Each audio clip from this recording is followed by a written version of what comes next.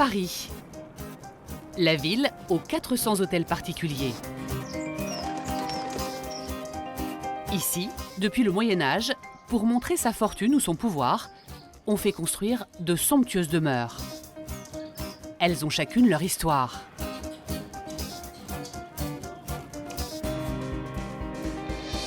Voici la place des Vosges.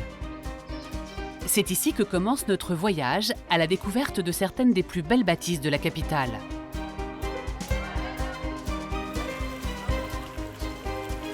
C'est Louis XIII qui crée cette place. Nous sommes au XVIIe siècle. Elle se nomme alors Place Royale. En quelques années, le quartier va devenir le royaume des hôtels particuliers.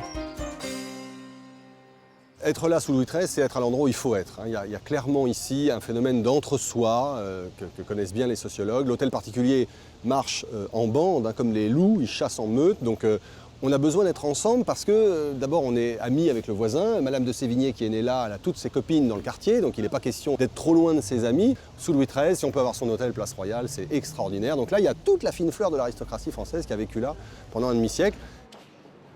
Sous les arcades de la place, en passant cette petite porte, voici les jardins de l'hôtel de Sully.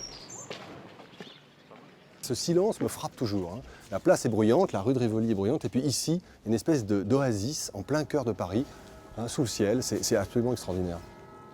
Et là, entendez la cloche qui sonne, voilà, là on est complètement dans une ambiance d'Ancien Régime, c'est fascinant.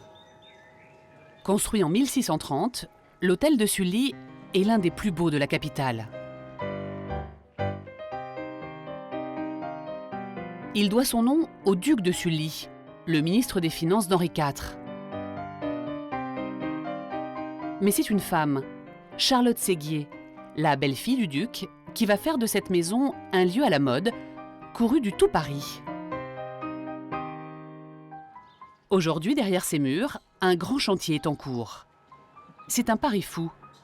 Faire renaître les lieux où vivait Charlotte Séguier, la duchesse de Sully.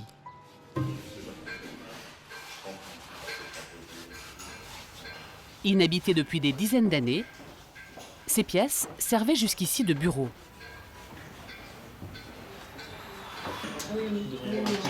Voici Clotilde Roy et Renaud Serrette. Ils travaillent pour le Centre des Monuments Nationaux. Ce sont eux qui sont à la tête de ce projet hors du commun. L'antichambre, c'est la première pièce, c'est un peu une pièce d'attente qui permet aux domestiques de se tenir là la journée quand la duchesse a besoin d'eux. Et pour les personnes, les marchands par exemple, ou les invités, de stationner ici avant d'entrer dans l'espace qui est vraiment le vrai espace de réception, qui est au XVIIe siècle la chambre à coucher. Ce qui peut paraître surprenant à notre époque, mais c'est dans sa chambre qu'on reçoit ses amis. On peut imaginer que le matin, ces femmes de chambre qui logent dans des chambres de service à l'étage utilisent le petit escalier de service qui existe toujours pour venir l'aider à s'habiller et aussi à faire sa toilette.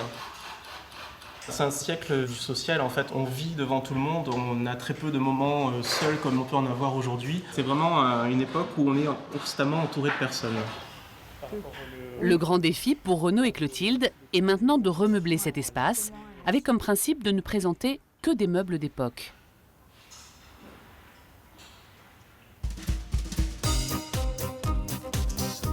Pour cela, c'est une véritable enquête qui commence. Direction la Bourgogne. Après avoir écumé les salles des ventes et les collections, c'est ici qu'ils espèrent trouver ces meubles du XVIIe siècle, si rares aujourd'hui.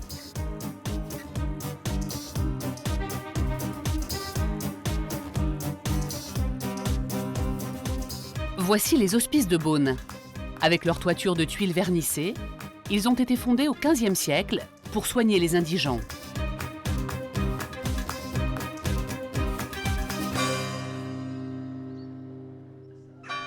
Cet hôtel-dieu, c'est un peu l'ancêtre de nos hôpitaux. Et souvent, à l'époque, quand on vient se faire soigner, on apporte ses meubles. Si Clotilde se rend ici aujourd'hui, c'est qu'elle espère trouver dans les réserves des hospices ce qu'elle cherche depuis longtemps.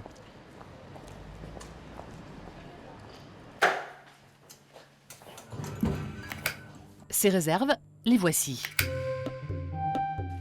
Inconnues du grand public, elles protègent un trésor. Des dizaines de chaises, de malles. Ces objets, laissés par les malades, forment aujourd'hui un véritable conservatoire. J'ai peut-être quelque chose qui va vous intéresser. Chaise. Voici par exemple un lot de chaises du XVIIe siècle en parfait état. Conservées dans leur intégrité, je pense.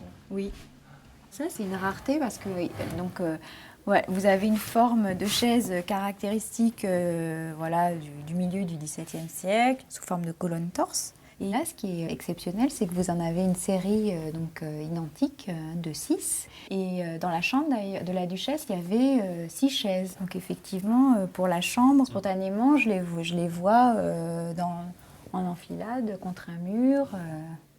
Voilà, justement, qui donne une vision très, très régulière, très homogène de l'ameublement. Alors, c'est un petit peu lourd. Un peu plus loin, c'est une autre surprise pour Clotilde. Une chaise d'affaires. C'est un relativement complet avec son... Un meuble banal au XVIIe siècle, devenu extrêmement rare de nos jours. Jusque-là, jusqu'en bas. Quand on veut montrer un appartement tel qu'il était, il faut aller jusqu'aux chaises d'affaires, jusqu'aux objets du quotidien et montrer en fait comment cohabitent les choses en fonction des usages et les destinations en fait des lieux, quoi. Donc là, vous êtes plutôt contente ? Ah bah là, je suis très très contente parce que ce genre d'objet est unique.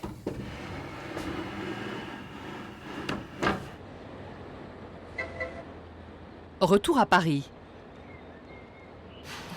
À l'hôtel de Sully, dans l'aile de la Duchesse, les artisans sont en plein travail. Reprise de maçonnerie, dorure à la feuille d'or, une grande partie des boiseries est rénovée dans l'esprit des artisans de l'époque. Les techniques sont exactement les mêmes, réellement. Il n'y a pas eu d'évolution de produits, de techniques, c'est la même chose. On n'a pas fait mieux que les colles animales qu'on utilisait à l'époque. L'or, c'est de l'or, les brosses sont les mêmes.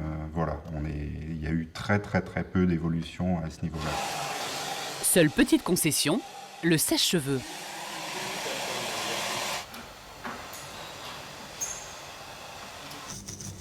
Au même moment, dans des ateliers spécialisés de la capitale, les chaises trouvées aux hospices de Beaune sont restaurées.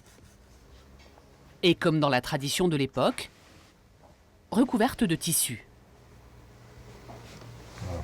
C'est des sièges qu'on a l'immense intérêt d'avoir été très peu touchés, qui ont fait des documents pratiquement uniques. Juste le fait de ne pas avoir nulle part dans le bois de traces de trous, de clous dorés ou de pointes qui auraient été enlevées, nous indique que ces sièges étaient faits pour recevoir des housses comme celles que je suis en train de confectionner actuellement. Il faudra des centaines d'heures de travail pour que ces chaises retrouvent leur lustre. Nous retournerons bientôt à l'hôtel de Sully pour leur installation dans l'appartement de la Duchesse.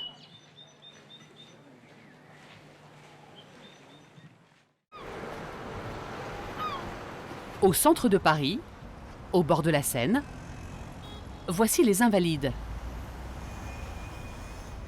Le Quai d'Orsay, l'Assemblée nationale. Nous sommes dans le quartier de la diplomatie et du pouvoir. Et ici, de hauts murs protègent des lieux secrets.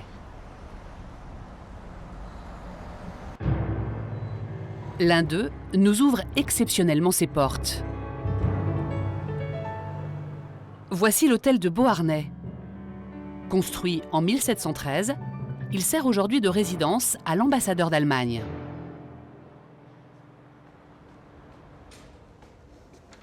Michel Hissinger en est l'intendant. Avec lui, nous pénétrons dans ce bâtiment historique inconnu du grand public. Et pourtant, derrière ces murs, on découvre un lieu unique à Paris.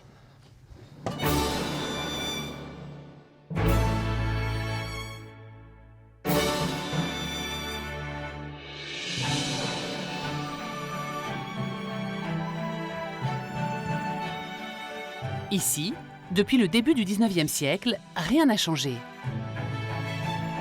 Nous sommes au cœur du Premier Empire. Un intérieur flamboyant, théâtre d'une nouvelle noblesse.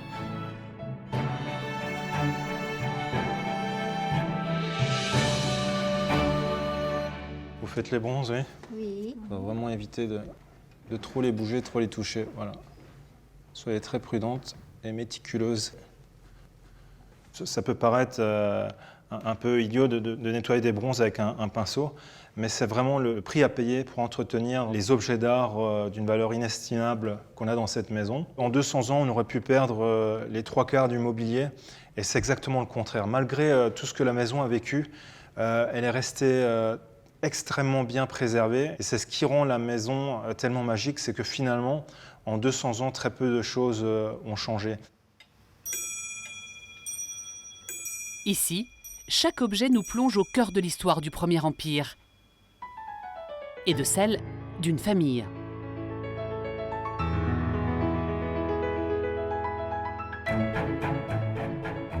Voici Eugène de Beauharnais, le fils adoptif de Napoléon Ier. C'est lui qui achète la maison en 1803 et lui donne son nom. Mais ce sont 2 femmes qui vont en faire un lieu hors du commun. Hortense, sa sœur, et surtout Joséphine de Beauharnais, sa mère. La première épouse de Napoléon Ier va ici donner libre cours à sa passion pour l'architecture et les arts. Jusqu'au moindre détail, Joséphine veut que ça soit une maison d'exception. Surtout, elle cherche les meilleurs artisans en France, même en Italie. Les meilleurs artisans de la place de Paris vont être réquisitionnés pour faire des travaux majeurs dans cette maison. Dans chaque pièce, on retrouve la marque de Joséphine. Comme la figure du cygne, l'oiseau fétiche de l'impératrice. Il est le symbole de l'animal suiveur, fidèle à l'empereur. Ou encore, dans la salle de bain.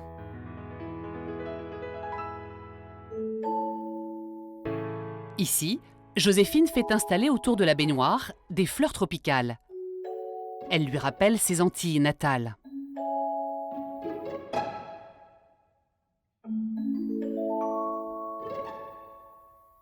Ça a coûté énormément d'argent.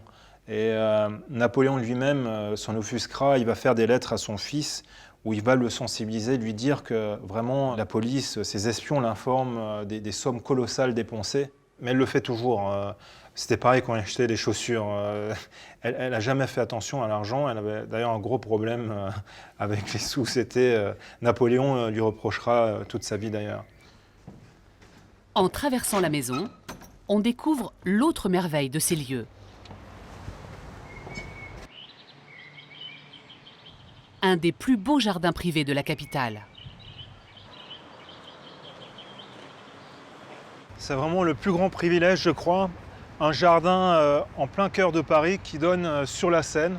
Et surtout, le jardin est resté d'époque. On a même encore cet arbre qui est magnifique, qui malheureusement va tout doucement sur ses 200 ans et commence à être malade, un Paulownia. Mais là aussi, on sait déjà en 1807 qu'il est sur les plans d'origine.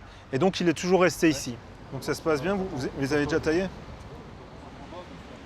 Si l'hôtel de Beauharnais est aujourd'hui dans un tel état de conservation, c'est que depuis 200 ans, un grand pays, l'Allemagne, veille sur lui. Tout commence avec cet homme, Frédéric Guillaume III, roi de Prusse. C'est lui qui achète l'hôtel à Eugène de Beauharnais en 1818. L'hôtel devient une ambassade. Et de grands noms, comme le futur chancelier Otto von Bismarck, vont y séjourner. Il abrite aussi des artistes allemands célèbres, comme le compositeur Richard Wagner, qui y vécut plusieurs mois. À la fin de la Seconde Guerre mondiale, l'hôtel de Beauharnais est réquisitionné par la France. Il ne sera restitué à l'Allemagne qu'en 1961. L'édifice est alors dans un triste état.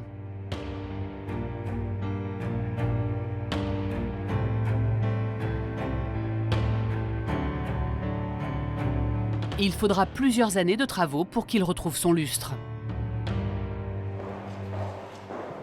Aujourd'hui, la maîtresse des lieux, c'est Madame l'ambassadeur.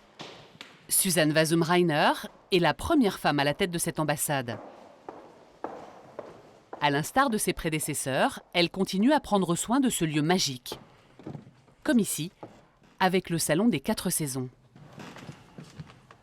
On va changer tout d'abord les couleurs, parce que ce type de rose n'était pas la couleur de Joséphine. Et aussi, on a ajouté beaucoup de décorations en or qui n'étaient pas le style très élégant, simple du premier consulat. Nous voulons faire le maximum pour conserver cette atmosphère de Joséphine, du bon goût de Joséphine, ou dites de l'Empire.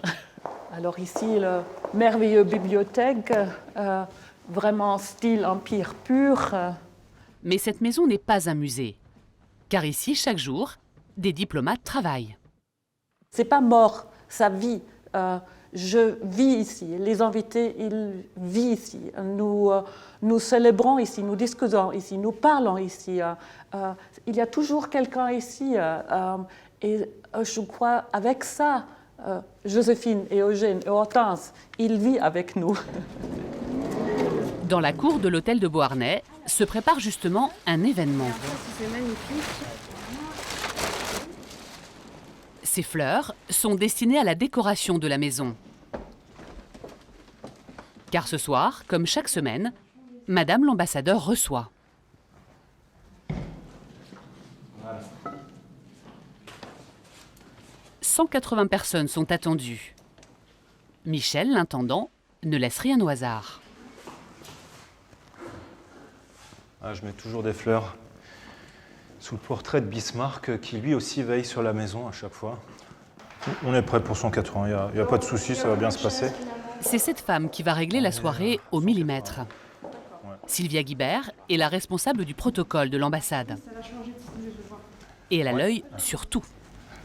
Change de saison, ouais. Voilà. Alors finalement, il a mis le haut-parleur ici. Une troisième ici, une là. Ce soir, un discours de l'ambassadeur est prévu et Sylvia contrôle chaque détail. D'accord, je te la donne. Le protocole, ça reste important dans une ambassade? Absolument, oui. Mais toujours en retrait, il ne faut pas qu'on se rencontre, justement. Quand on a la chance de bouger, de recevoir dans un tel cadre, mais déjà les gens ont une autre attitude. Ils trouvent toujours quelque chose qu'ils n'ont peut-être pas vu ailleurs. Les premiers invités arrivent à l'ambassade.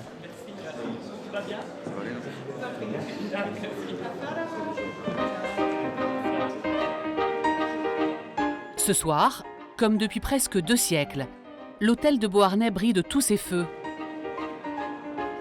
Et dans ces salons, on continue à écrire l'histoire des relations entre 2 grands pays.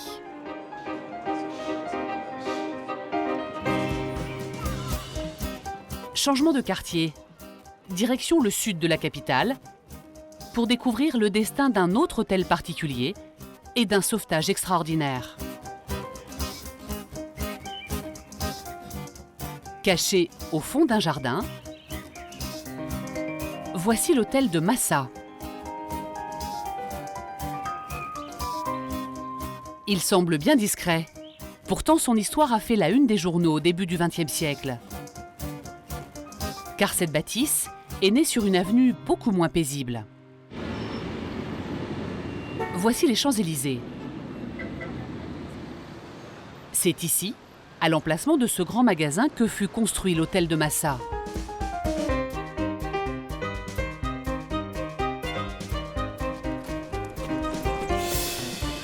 Nous sommes en 1778. Les Champs-Élysées, c'est alors la campagne aux portes de Paris. La promenade devient rapidement à la mode et quelques hôtels particuliers voient le jour. Ce sont de petites folies où l'aristocratie vient passer du bon temps.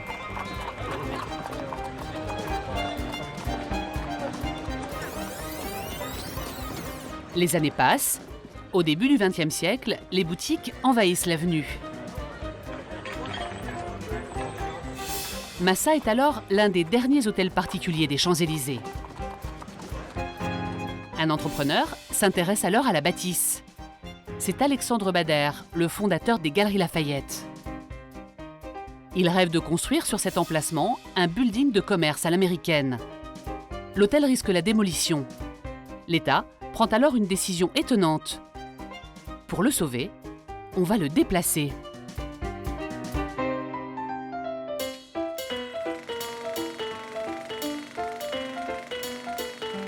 Commence alors un chantier étonnant. En 1927, il fait les gros titres des actualités cinématographiques. L'hôtel est démantelé pierre par pierre, puis intégralement remonté.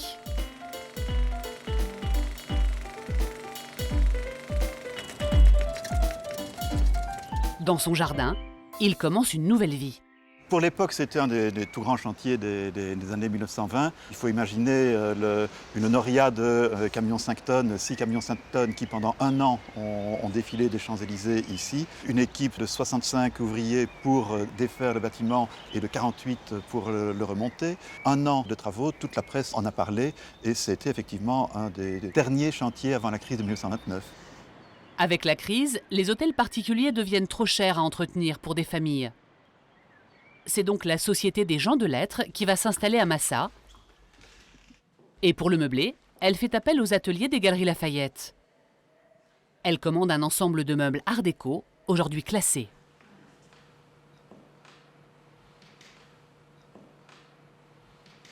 Le principe de l'art déco, c'est de ne rien ajouter à la matière, de montrer les matières pures, donc pas de sculpture, de gravure, d'incision, de peinture. Ce ne sont que des essences pures. Et on va jouer sur des jeux d'ombre et de lumière avec des angles saillants et sur le jeu des nervures du bois.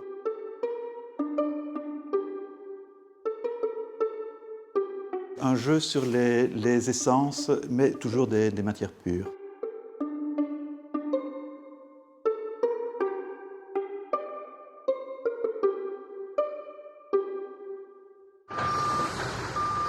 Retour à l'hôtel de Sully. Les mois ont passé. Et pour Renaud Serrette, c'est enfin le grand jour. Je vais ouvrir les portes de la grande salle en grand et les bloquer avec des chaises ou quelque chose pour qu'elles restent ouvertes. Les meubles restaurés de la duchesse de Sully sont enfin livrés. Posez-le au milieu de la pièce qui est juste là. Il faut maintenant les répartir dans les différentes pièces. On va en mettre un ici et l'autre de l'autre côté. Le sur la table ici. Lui, on va le mettre à côté des autres là. Celui-là, là. Ça y est. Donc on va déballer et puis commencer à mettre en place petit à petit les meubles aux bons endroits. C'est un moment qu'on attend depuis très longtemps, donc on est impatient de voir les œuvres en elles-mêmes et de les voir après en situation aussi. Ça change, hein, oui. La garniture et tout, c'est vachement beau. C'est le lit de repos que nous avons acheté en vente aux enchères et qui prend place dans le cabinet. Mais il est très beau. Petit à petit, chaque meuble trouve sa place. Comme la fameuse chaise d'affaires dénichée aux Hospices de Beaune. Voilà pour l'utilité de ce meuble. Ou le lot de 6 chaises qui viennent aussi de l'Hôtel Dieu.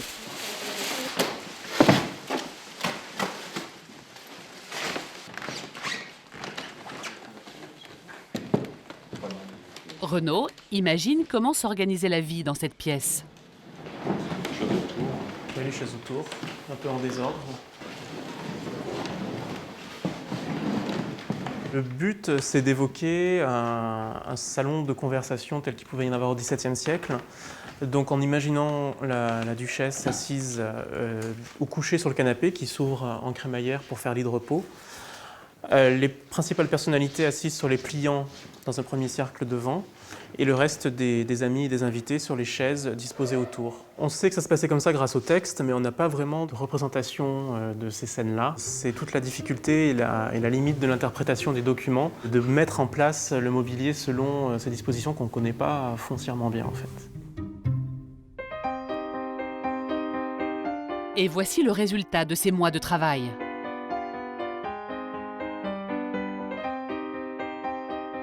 Grâce à cette expérience historique et esthétique, ce lieu vient de renaître. Et si la duchesse de Sully revient parfois hanter son hôtel, il y a de fortes chances qu'elle se sente à nouveau chez elle.